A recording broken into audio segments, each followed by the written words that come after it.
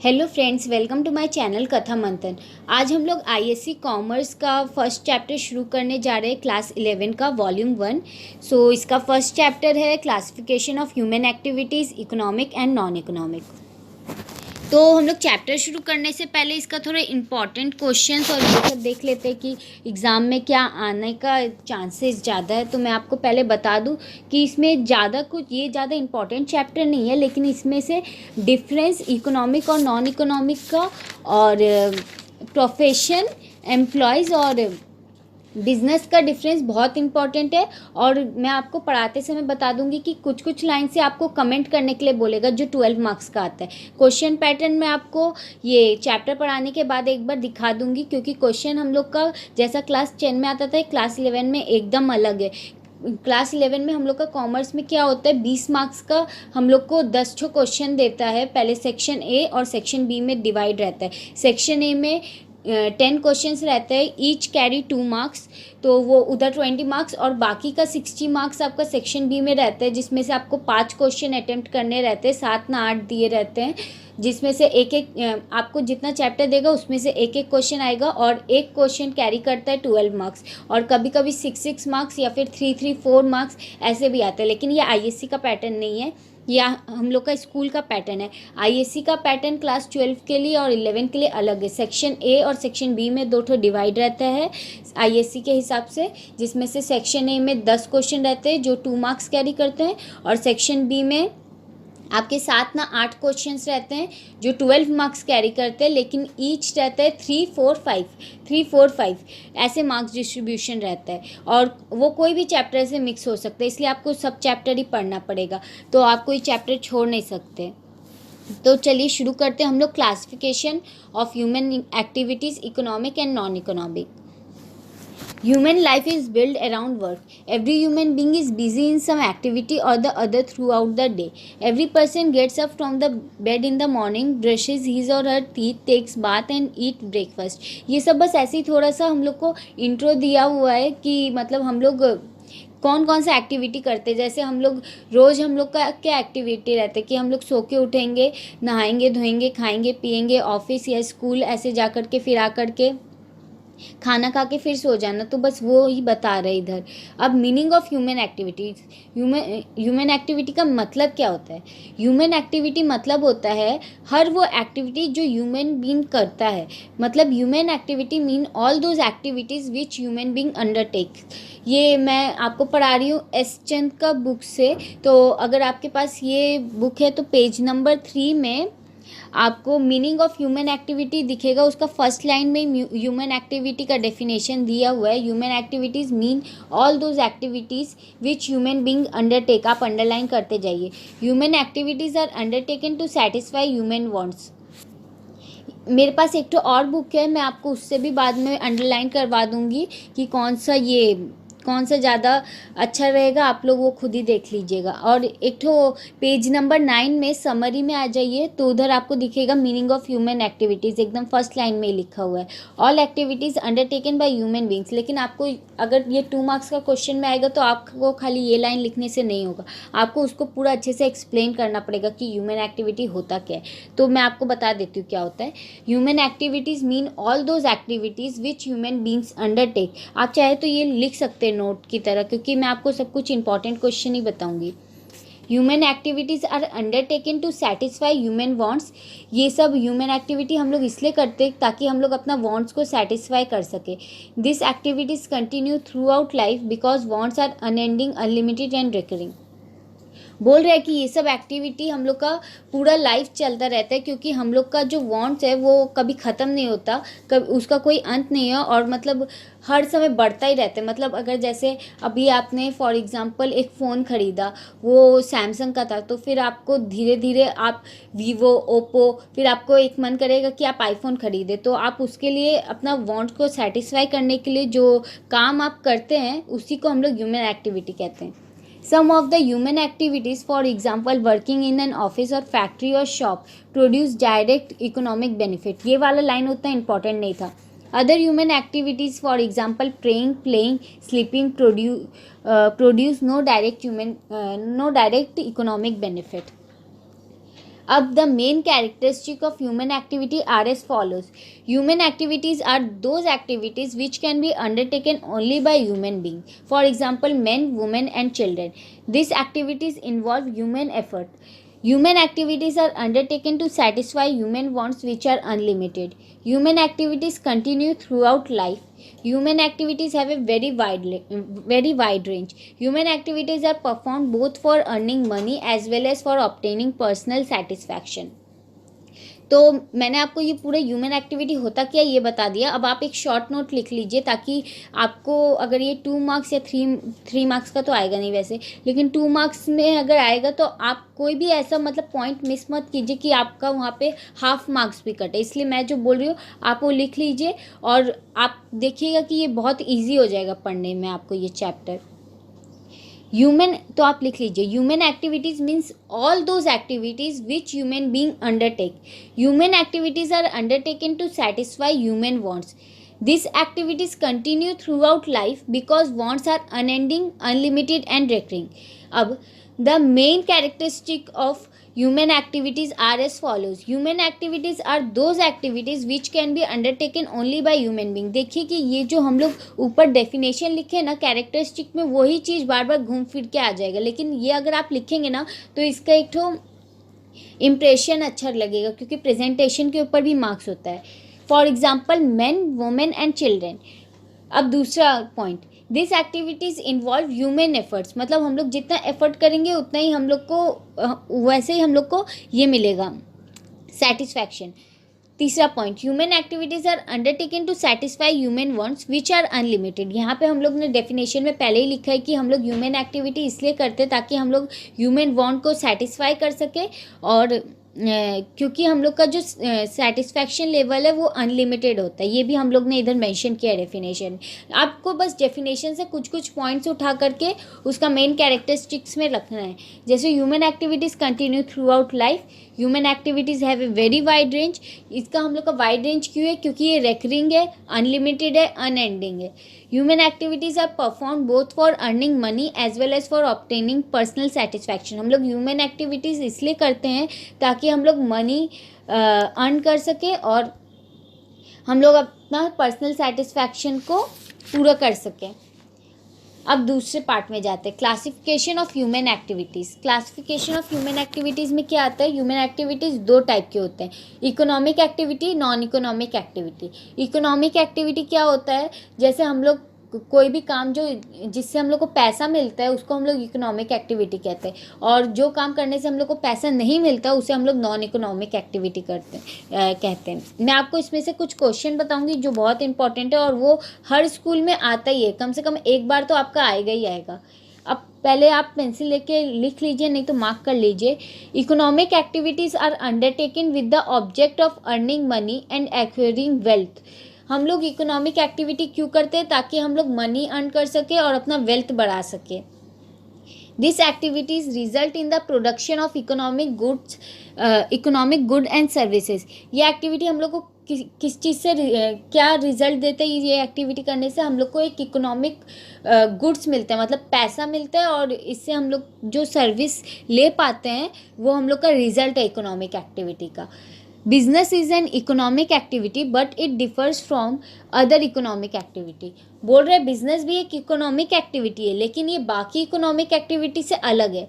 Such as those of an employ and self employed person like doctors, lawyers, chartered accountants etcetera.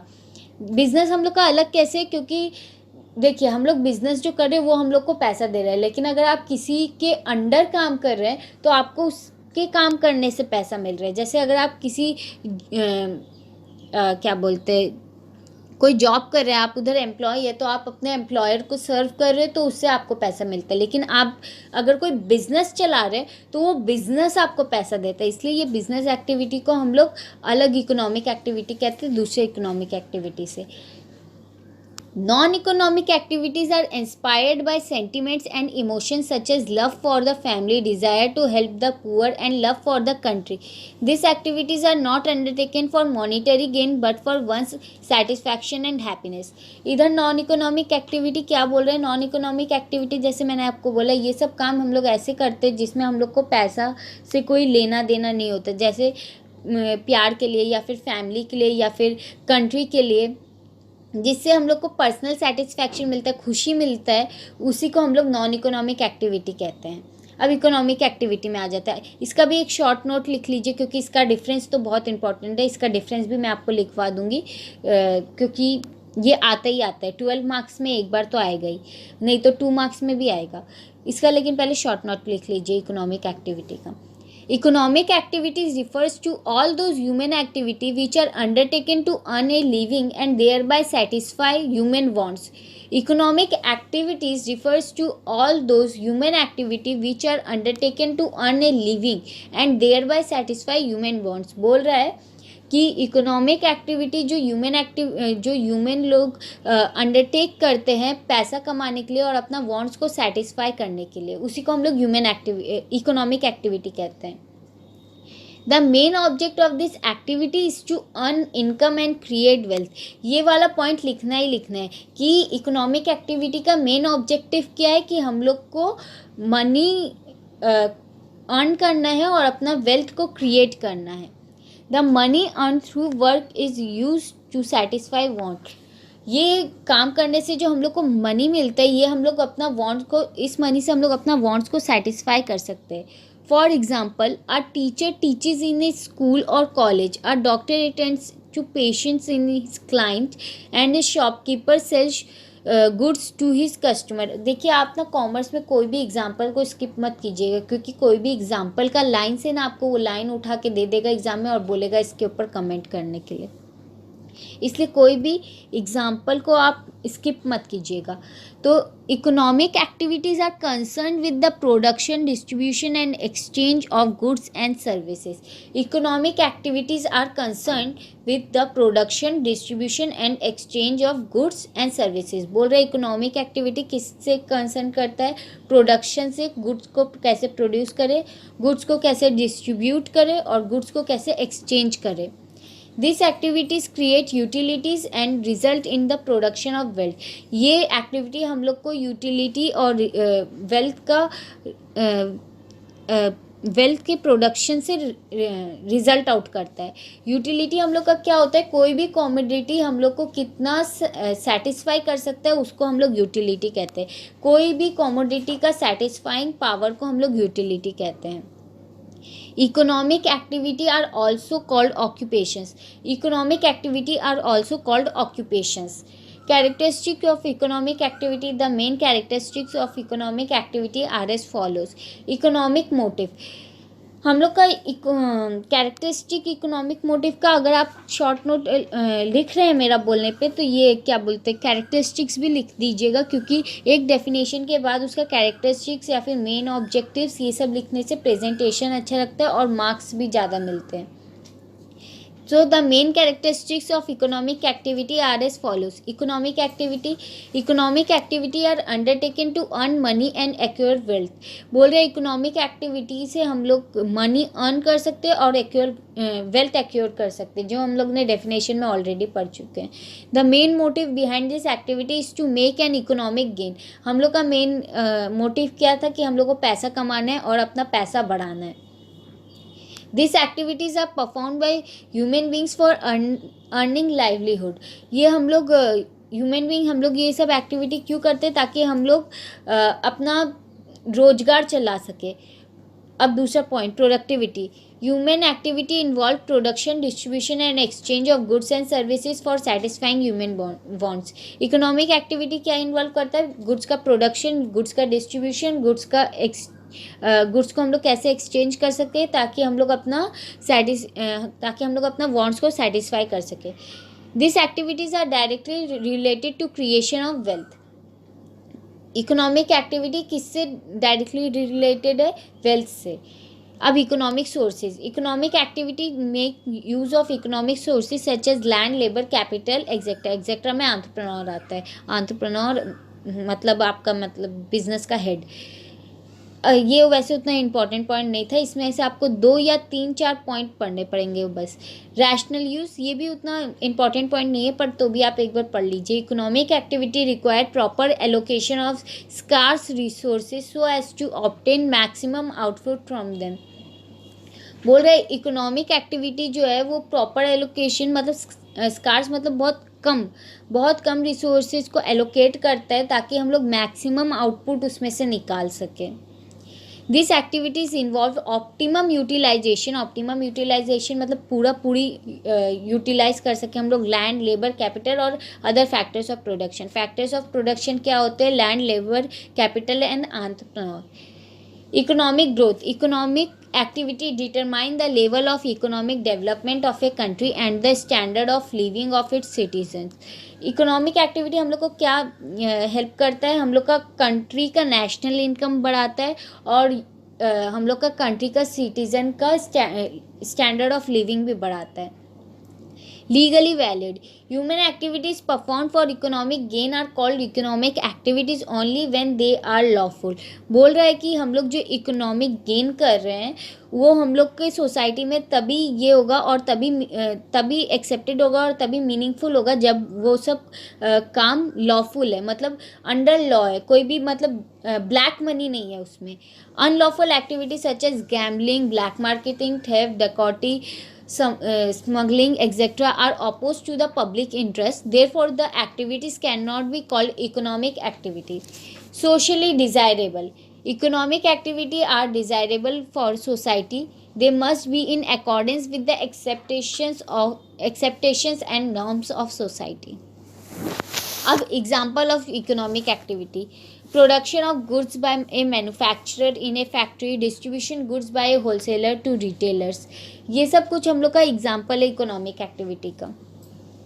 अब हम लोग non economic activity में आते हैं। Non economic activity वो activity होती है जिससे हम लोग को मतलब पैसा का कोई रिलेशन नहीं हो, जिसमें मतलब ये हम लोग अपना पर्सनल सेटिस्फैक्शन के लिए करते हैं। Activity which are undertaken to satisfy social, religious, cultural and sentimental requirements are called non economic activity. Activities which are undertaken, हम लोग जो एक्टिविटी अंडरटेक करते हैं ताकि हम लोग अपना सोशल, रिलीजियस, कल्चरल और सेंटिमेंटल रिक्वायरमेंट्स को सेटिस्फाई कर सके, उसे हम लोग नॉन इकोनॉमिकल एक्टिविटी कहते हैं। The object of this activities is not to earn money, gain और रिवॉर्ड। ये नॉन इकोनॉमिक एक्टिविटी का मेन ऑब्जेक्टिव क्या है कि हम लोग को इससे कोई मॉनिटरी गेन नहीं होगा, मतलब हम लोग को इससे कोई पैसा नहीं मिलेगा। For example, a mother looks after her child. अगर इसमें क्या एग्जाम्पल आ सकता है कि हम लोग अगर बीमार होते तो मम्मी देखती है मम्मी को, वो देखने के लिए हम लोग कोई पैसा नहीं देते या कोई भी पैसा नहीं देता, तो वो जो है वो काम को हम लोग नॉन इकोनॉमिक एक्टिविटी कहते हैं। अब जैसे क्वेश्चन ऐसा आ सकता है, a mother look after her children, full stop, it is a non economic activity, comment. तो आपको नॉन इकोनॉमिक एक्टिविटी का डेफिनेशन लिखना पड़ेगा और पूरा उसका कैरेक्टरिस्टिक्स लिखना पड़ेगा कि नॉन इकोनॉमिक एक्टिविटी का मेन कैरेक्टरिस्टिक्स क्या है। फिर आपको यही सेंटेंस का mother look after her child में थोड़ा सा उसका डेफिनेशन मिला करके लिखना पड़ेगा। मैं ये सब क्वेश्चन आपको लिख करके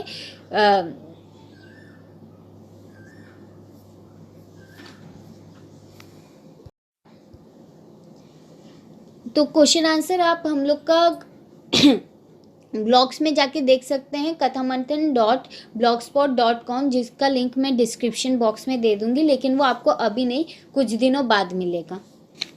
और अगर आपके पास भी कोई आइडिया होगा या फिर कोई क्वेश्चन आंसर आपको समझ में नहीं आएगा तो आप कमेंट बॉक्स में मेरे को लिख सकते हैं, मैं उसका आंसर ढूंढने का पूरा कोशिश करूँगी और आपका हेल्प करूँगी।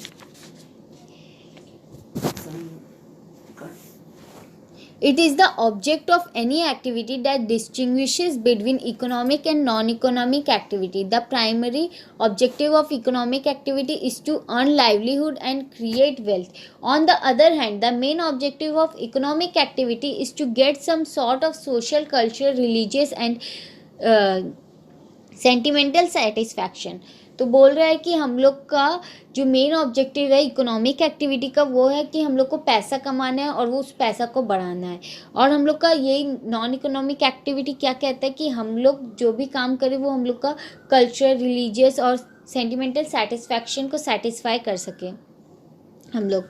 The same activity may be economic as well as non economic. अब कुछ एक्टिविटी ऐसे भी होते हैं जो हम लोग का इकोनॉमिक भी होते हैं, नॉन इकोनॉमिक भी होते हैं, और 90% चांसेस है इसका आने का। ये एग्जाम्पल से आपको हमेशा आता है, इसका एग्जाम्पल बहुत इंपॉर्टेंट है। A nurse attending a patient in a hospital is an economic activity as the nurse work for a salary. अब बोलेगा कि एक नर्स जो अपने पेशेंट को हॉस्पिटल में देखती है वो एक इकोनॉमिक एक्टिविटी है, क्योंकि वो नर्स को वो पेशेंट को देखने के लिए सैलरी मिलता है।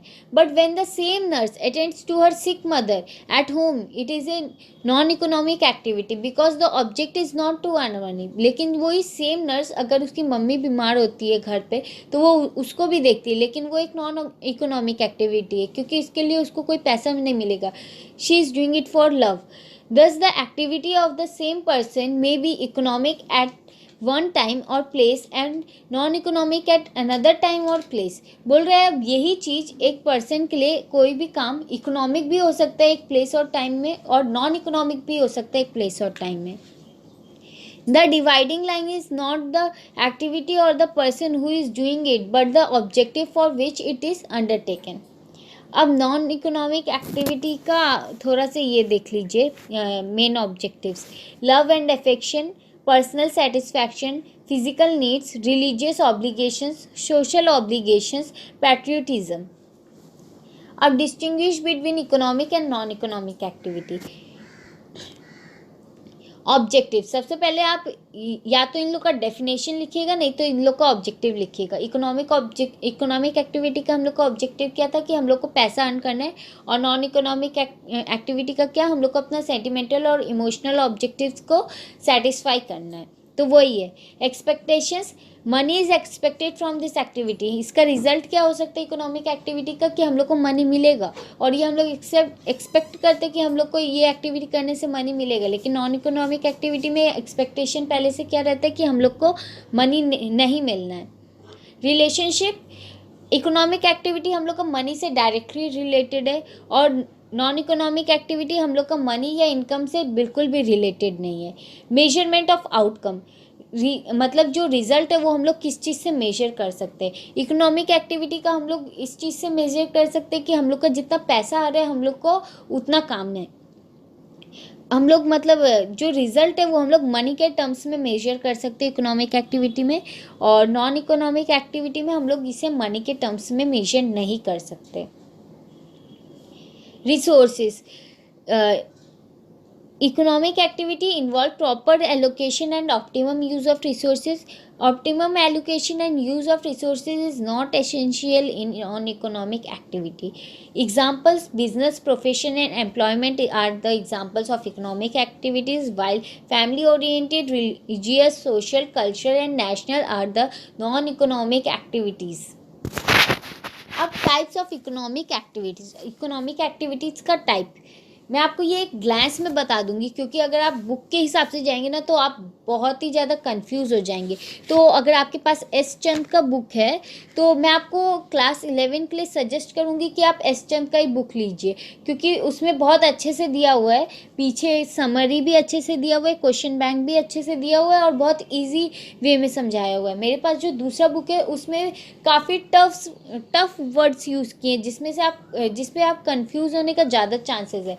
और सबसे ज़्यादा अच्छा बात है इधर एस चंद का बुक में कि अगर आप पीछे देखिएगा तो आपको इसमें से प्रोजेक्ट का भी कुछ पार्ट्स मिल जाएगा और टेस्ट पेपर्स भी मिल जाएंगे सॉल्व करने के लिए, जो आपको काफ़ी हेल्प करेंगे। और उसका मतलब इसी हिसाब से आईएससी का पैटर्न के हिसाब से आता है और स्कूल का पैटर्न के हिसाब से आएगा, और आपको प्रोजेक्ट वर्क में भी काफ़ी हेल्प मिलेगा।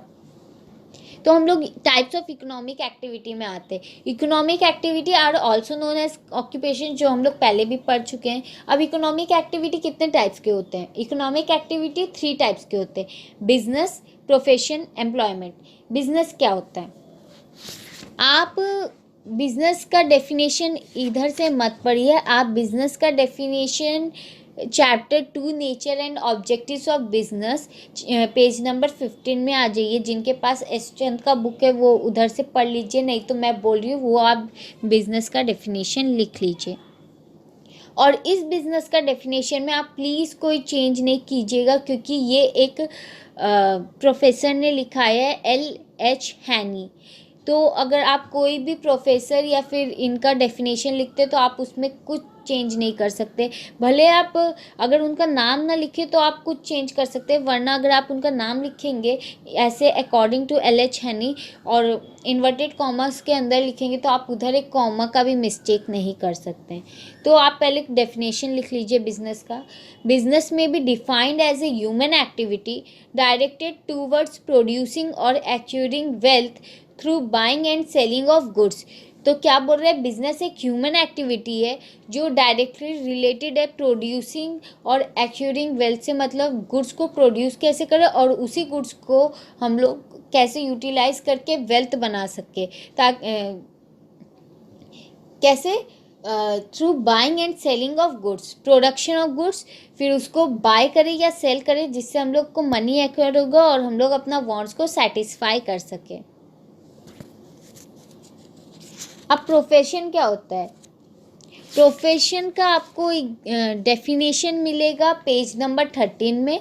Profession means N occupation, question number 11, page number 13, question number 11, chapter 1, classification of human activities, economic and non economic, under summary, under question bank, page number 13, question number 11, define the term profession. Profession means an occupation which involves rendering of personal services of an expert nature. अब profession का characteristics में आ जाइए। Specialise body of knowledge, restricted entry, formal education and training, professional satisfaction. Service motive, code of conduct. अब employment क्या होता है? Employment mean a human activity where people work for other in exchange for some remuneration. जैसे employment क्या होता है, मैं कोई बिजनेस चला रही हूँ, अब मेरे से वो अकेले हैंडल नहीं हो रहा, मेरे को अपने नीचे कुछ स्टाफ से अपॉइंट करने ताकि मैं ये काम इसको दे सकूँ, ये काम उसको दे सकूँ। तो मैंने कुछ लोगों को अपॉइंट किया, तो अब वो लोग मेरे एम्प्लॉय हो गए, तो मैं जो बोलूँगी वो लोग वो काम करेंगे और मेरे को उन लोग को वो काम करने के लिए कुछ पैसा देना पड़ेगा। तो ये वो लोग के हिसाब से जो वो लोग काम कर रहे हैं वो लोग एक एम्प्लॉय का काम कर रहे हैं और मैं यहाँ उन लोग की एम्प्लॉयर हूँ, और वो लोग जो इस काम को करते हैं उसे एम्प्लॉयमेंट कहते हैं। The person who work for other are called employees. The person or organization which exchange other to work for team are called employers. The remuneration by an employee to his employee is known as wages or salary. अभी main features में आ जाते हैं employment का। In employment a person works for other called employers and employee provides personal service. There is a service agreement और contract between employee and employer, जो target या फिर कोई सर्विस एग्रीमेंट पे काम करते हैं। No capital investment is made by the employee, मतलब वो लोग को काम करने के लिए पहले से कोई कैपिटल का जुगाड़ नहीं करना पड़ता। द एम्प्लॉय गेट्स वेजेस और सैलरी फॉर हिज और हर सर्विस, तो वो लोग जैसा काम करेगा उन लोग को उस हिसाब से, उन लोग के पोजीशन के हिसाब से वेज या फिर सैलरी मिलेगा। अब various example of employments: a teacher teaching in a school or college, an engineer employed in municipal corporation of Delhi, an accountant working in the accounts department of a company, a person working as the plant manager of a factory, a nurse or doctor working in a hospital। तो ये सब हम लोग का क्या है, employment का example है। अब सबसे इम्पॉर्टेंट चीज़ में आ जाता है distinction between business, profession and employment. तो सबसे पहले इसका ऑब्जेक्टिव क्या होता है? बिजनेस का ऑब्जेक्टिव तो आप सबको पता होगा कि हम लोग को प्रॉफिट अर्न करना होता है। प्रोफेशन का ऑब्जेक्टिव होता है to render service for economic gains, मतलब ये सर्विस प्रोवाइड करता है, मतलब पढ़ाता है लोगों दूसरे लोगों को ताकि वो लोग इकोनॉमिक गेन कर सके।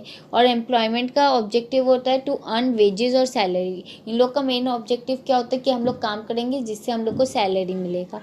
मिनिमम क्वालिफिकेशन: बिजनेस के लिए हम लोग को ज़रूरी नहीं है कि हम लोग ये सब पढ़ के ही बिज़नेस कर सके, आप बिना पढ़े भी बिज़नेस कर सकते। प्रोफेशन के लिए हम लोग को एक मिनिमम एजुकेशनल क्वालिफिकेशन ज़रूरी होता है, और एम्प्लॉयमेंट के लिए हम लोग को क्वालिफिकेशन जो ज़रूरी होता है वो जॉब के ऊपर डिपेंड करता है कि आप कौन सा जॉब कर रहे हो और उस जॉब में आपका क्या पोजीशन है। नेचर ऑफ वर्क, बिजनेस में production, sale and exchange of goods and services, ये हम लोग बार बार पढ़ रहे हैं कि बिजनेस में हम लोग को क्या करना है, गुड्स को प्रोड्यूस करना है, गुड्स को कैसे बेचना है, डिस्ट्रीब्यूट करना है और गुड्स को कैसे एक्सचेंज कर सके। प्रोवाइडिंग स्पेशलाइज्ड सर्विस, प्रोफेशन का क्या है कि हम लोग एक स्पेशलाइज्ड सर्विस प्रोवाइड करते हैं। और एम्प्लॉयमेंट का, work assigned by the employer, जैसे मैंने आपको समझाया कि मैंने जो एम्प्लॉय को अपॉइंट किया तो मैंने उसको जो काम दिया है, वो जो मैंने काम दिया है वही एम्प्लॉय का फ़र्ज़ बनता है कि उसको वो काम करना है। Status, a businessman works for himself and for his own master. अब एक बिजनेसमैन खुद के लिए काम करता है या फिर उसका जो हेड होता है उसके लिए काम करता है। Profession, a professional works according to the guidelines prescribe, जैसा गाइडलाइंस उसको प्रेस्क्राइब किया जाएगा वैसे ही प्रोफेशनल वर्कर वर्क करेगा। अब एम्प्लॉय कैसे वर्क करता है, जैसे उसका एम्प्लॉयर उसको इंस्ट्रक्शन देता है वैसे ही एक एम्प्लॉय वर्क करता है। रिवॉर्ड और रिटर्न, हम लोग बिजनेस से क्या रिटर्न का एक्सपेक्टेशन करते कि हम लोग को उधर से मनी मिलेगा। और प्रोफेशन से कि हम लोग को प्रोफेशनल जो हम लोग सर्विस रेंडर किए हैं उससे हम लोग को फीस मिलेगा। और एम्प्लॉयमेंट में कि एम्प्लॉय जो काम कर रहा है उससे उसको वेजेस या फिर सैलरी मिलेगा। अब रिस्क क्या होता है इसमें, बिजनेस में हाई रिस्क होता है कि आपको प्रॉफिट भी हो सकता है, लॉस भी हो सकता है, कुछ श्योर नहीं है। प्रोफेशन में एक रिस्क होता है पर वो नेग्लिजिबल होता है। और एम्प्लॉयमेंट में तो कोई रिस्क ही नहीं होता क्योंकि आपको काम करना है। अब भले आपका वो बिज़नेस कैसा भी चले आपको उससे फ़र्क नहीं पड़ता, आपने काम किया तो आपको सैलरी मिलेगा ही मिलेगा। एडवर्टाइजमेंट, एडवर्टाइजमेंट बिजनेस में बहुत ही ज़्यादा नेसेसरी है, प्रोफेशन में उतना नेसेसरी नहीं है, मतलब प्रोहिबिटेड है। प्रोफेशन में एडवर्टाइजमेंट प्रोहिबिटेड है और एम्प्लॉयमेंट में तो एडवर्टाइजमेंट लगता ही नहीं कि आप अगर कहीं पे जॉब करने जा रहे हो तो आपको उसका एडवर्टाइजमेंट करने का कोई ज़रूरत नहीं है। अब इन्वेस्टमेंट ऑफ कैपिटल, बिजनेस को शुरू करने के लिए आपको एक educate amount of capital require होता है और प्रोफेशन शुरू करने के लिए एक लिमिटेड कैपिटल, जबकि एम्प्लॉयमेंट के लिए आपको कोई कैपिटल रिक्वायर्ड नहीं होता।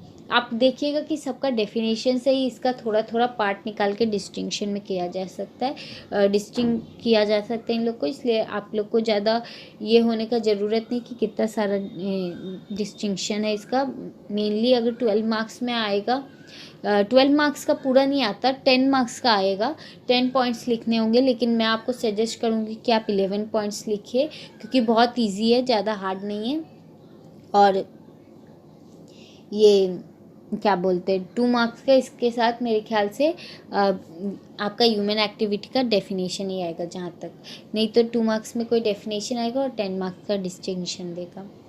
12 मार्क्स का भी दे सकते हैं आपको डिस्टिंक्शन, आप उसमें 11 पॉइंट्स लिखिएगा और 1 मार्क्स आपका फॉर्मेट में जाएगा जिसमें से आपको ऐसे लाइन टान टान के मत कीजिएगा। आप जैसे अगर आपको बिजनेस, प्रोफेशन और एम्प्लॉयमेंट का है तो आप पहले 5 लाइन्स जानिएगा, एक सीरियल नंबर के लिए, एक पॉइंट ऑफ डिस्टिंक्शन के लिए, बिजनेस के लिए, प्रोफेशन के लिए, एम्प्लॉयमेंट के लिए। और फिर आप सीरियल नंबर में लिखिएगा पॉइंट 1 ट्रांसफ़र ऑफ ओनरशिप, जैसे जैसे मैंने आपको इतना सब कुछ समझाया वैसे।